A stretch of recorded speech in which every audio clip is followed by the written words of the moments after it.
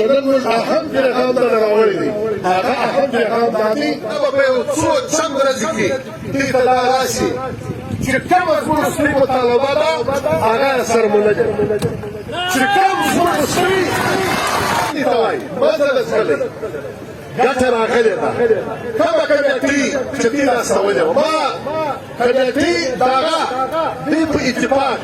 که لګیان دي که تاجران دي که بل دي چې کومه کمیټې راستولې ول کمیټې شپه ورځ په ځان وکړې ول موږ د دې کمیټې سره شپه ورځ وکړې ول چې په کومه ورځ راتلل موږ د چا دروازې داسې نه دي ټکولې موږ ورې ته ماحول جوړ کړو چې دوی راتلل ما صوبایي امیر ورته شېرول صوبایي امیر د دوی سره ملاقات وکړي بیا په دغه شپه موږ د قائد ملت اسلامیه حضرت مولانا عبدالرحمن صاحب د هغه سره میټینګ تېر شو چې هلته د جمعیت علما اسلام د ټول پاکستان د عمومي مجلس و مولانا ټول خلک د خبرو رد کړي وو او دا یې وویل چې یو د چمن د پرلط خلک څه بغیر د نن ورځ کې به ماته هېڅوک نه راپرېږدي بیا دا د پرلط خلک د قائد ملت سره کښېنستل بیا یې خپل مجلس ورته وکړي زه قسم د داد ورکوم عطاالله ته او دا بل ولسیار ساته مولوي ملال ساته چې کوم مجلس یې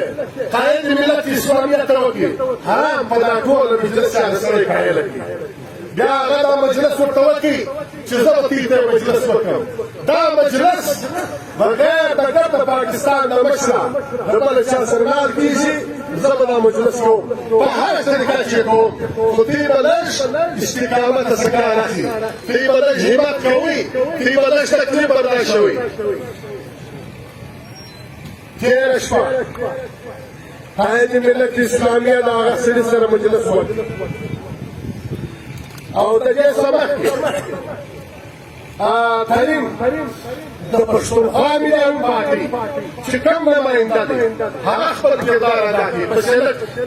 باقاعده کمیټې یې جوړه کړل دوی یې ورته کښېنول د باد پارټي منظور هغه خپل کردار ښکاره کړي خپل مجلس یې وکړي سرفراز یې کښېنوي خو ټول خلک موږ دا جواب کړل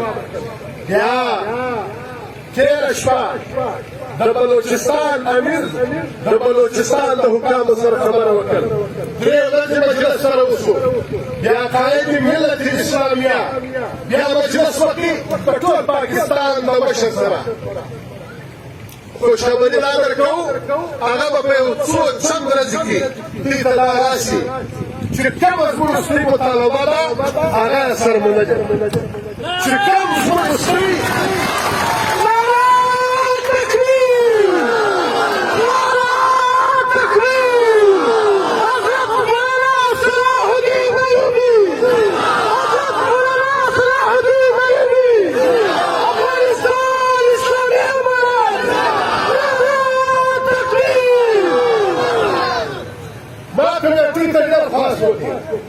محمد مصري د مولانا صاحب عادت ماته معلوم یا مخامخ جواب ورکړي او یا چې وکیل درسره وکړل چې سړی زیات خبرې پرې کوي پر شا باندې دوی وویل چې زموږ په پرلط کې زموږ خپل ملګري لکه عجیب عثمان دي دا زموږ لغړیان ملګري زموږ تاجران ملګري والا خلک یې په مابین چې راشي څه مجلسونه کوي بد اعتمادي جوړه ده بجای دې چې دا پیغام موږ وو دا به موږ ولاړ شو خدای وکړه چې زموږ د دې پرلط په مابین کې څوک اختلاف واچوي او دا پرلط کې څوک یو داسې بدمزګي راولي مناسب کار نه دی بده ورځ د خدای نه راوړي طریقه دا نه ده تا ټول مخلوق دا په یو 1500 کسه ورېله کول دا په یو 2 کسان ورېله کول ته خپله سوچ وکړي د عقل تقاضا دا نه ده چې زه په زورو خلک د یو 2 کسانو په خلاف دا د 15 کسانو کار دی د مذاکراتو مجلسونه دي غوټه چې وایي تلاش خلاصېږي لاش ته ضرورت نشته نو خوشخبري ده هغه د دغه لکړې احتیاط کامیابي ده او اصل سپي کامیابي ده